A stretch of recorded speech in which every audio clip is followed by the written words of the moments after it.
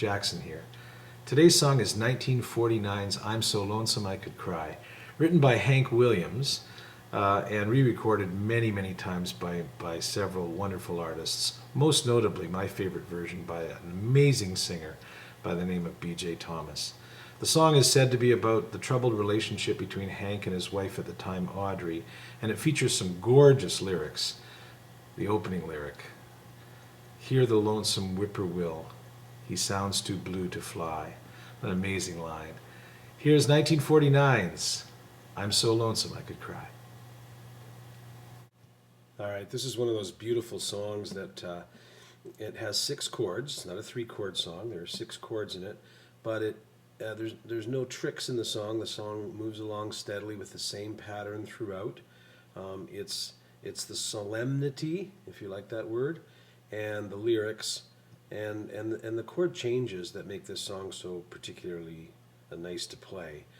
It's a great tune, and I'm going to show you those 6 chords now, along with the lead note that I'm going to get you to pick at the beginning of each chord. So the first chord is an open G. Okay, and I'm using the G note on the 6th string as my intro picking note there. Okay, the second chord is a B minor.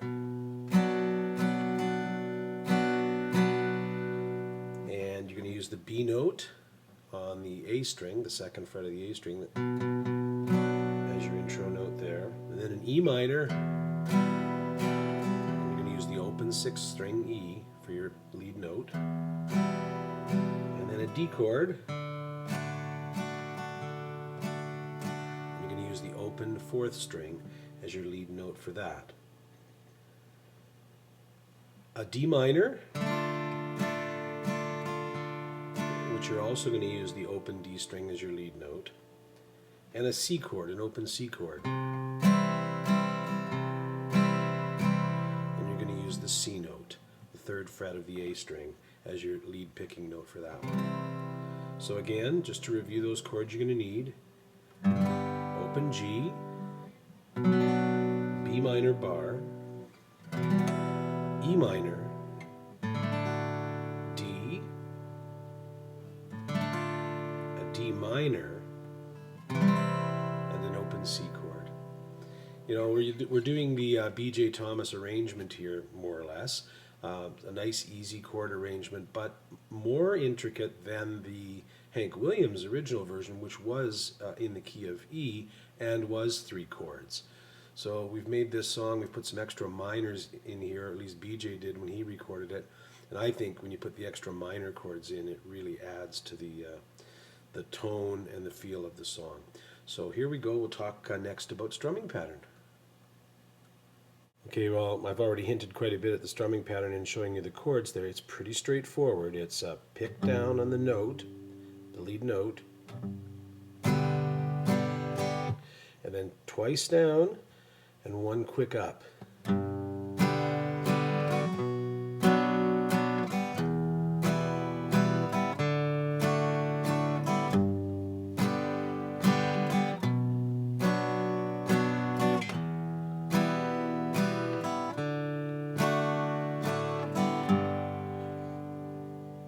Did you hear that lonesome whippoorwill? Okay, that's how the strumming pattern continues for the entire song. Less is more. Okay, well, let's talk about the chord progression and the arrangement. The first thing I'm going to tell you is that the tempo, we're going to up the tempo a little bit because the B.J. Thomas version's about here.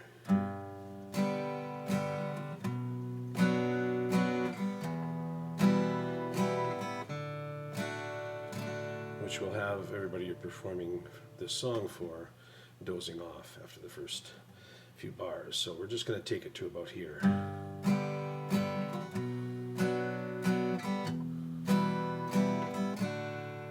The other thing about the B.J. Thomas version is, of course, it's primarily keyboard oriented and also features a horn section in between each verse. There is no chorus in this song. It's just a series of 4 verses, and all 4 verses are separated by those 4 chords: G, B minor, E minor, and D, and then back into another verse. Now, as far as the intro goes to the song, the B.J.Thomas version again begins vocally, so there is no guitar intro. I'm going to leave that up to you. If you want to, if you were performing the song for a group or around a campfire, you might want to play like this and talk about it a little bit. I'm going to do a song for you now that Hank Williams wrote and B.J.Thomas recorded. It goes like this. So you can talk your way through a little bit of, 4 bars of guitar intro like that if you like. However, the B.J.Thomas version begins with the vocal. Did you hear that lonesome whippoorwill?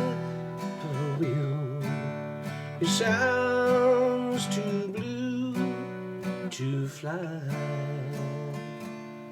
Begins like that. So what I'm going to do is we'll take you through the progression in a verse, a single verse, and once you know that, you know the whole song, because that's what the song is. 4 verses strung together with, again, those 4 chords, the G, the B minor, E minor, and D in between each verse. So once I've shown you what a verse goes like, you pretty much have everything you need. I'm going to apologize for about the 3rd lesson in a row for my voice here. This is a beautiful song to sing and one that I would love to sing well for you. And just this cold has let me down vocally again, but we'll do the best we can for you. So here's the progression for a verse.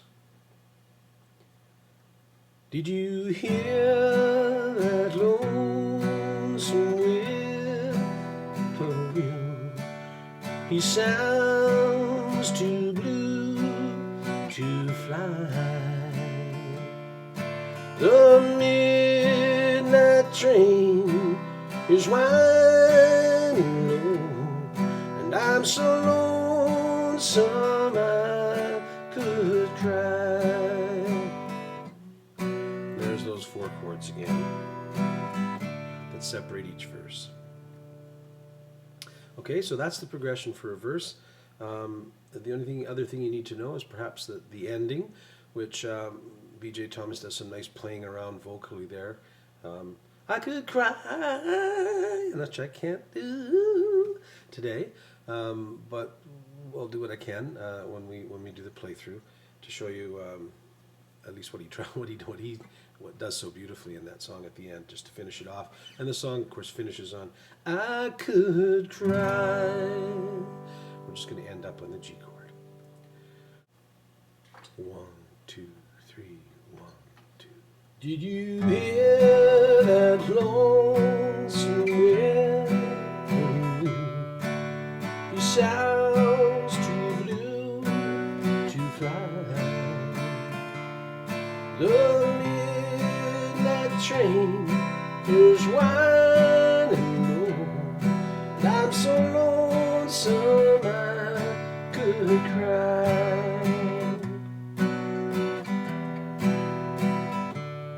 Did you ever see a night so long when time goes crawling by? The moon just went behind the cloud, and I'm so lonesome I could cry.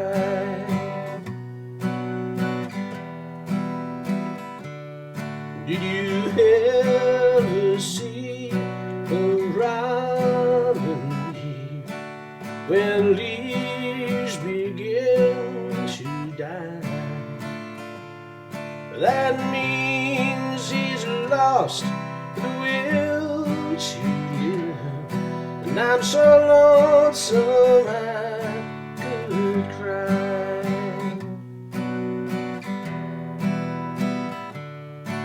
The silence of a falling star lights up a purple sky, and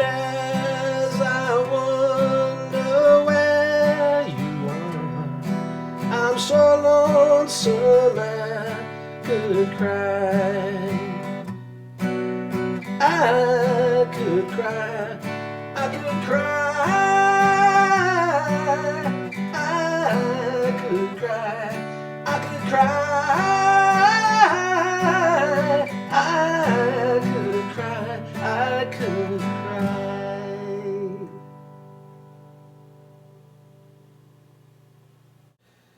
All right, fine tuning today.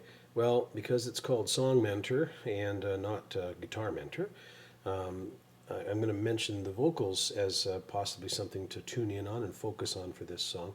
The reason I chose the B.J.Thomas version is because I find him, well, he's probably on my top 10 list of vocalists, just for the character that he puts into, and the tone and feeling that he puts into his vocal renditions.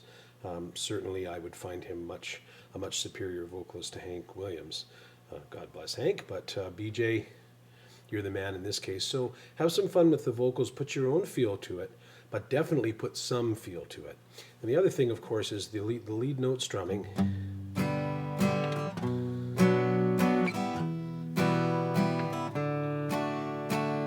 The strumming is consistent, steady. There's nothing flashy about it, but it needs to be there nice and steady with those lead notes in there to help you along. All right, Hank Williams classic, the B.J.Thomas rendition. I'm so lonesome I could cry. I feel kind of sad right now, so I think I'm going to go off somewhere and be happy. We'll see you next time on Song Mentor.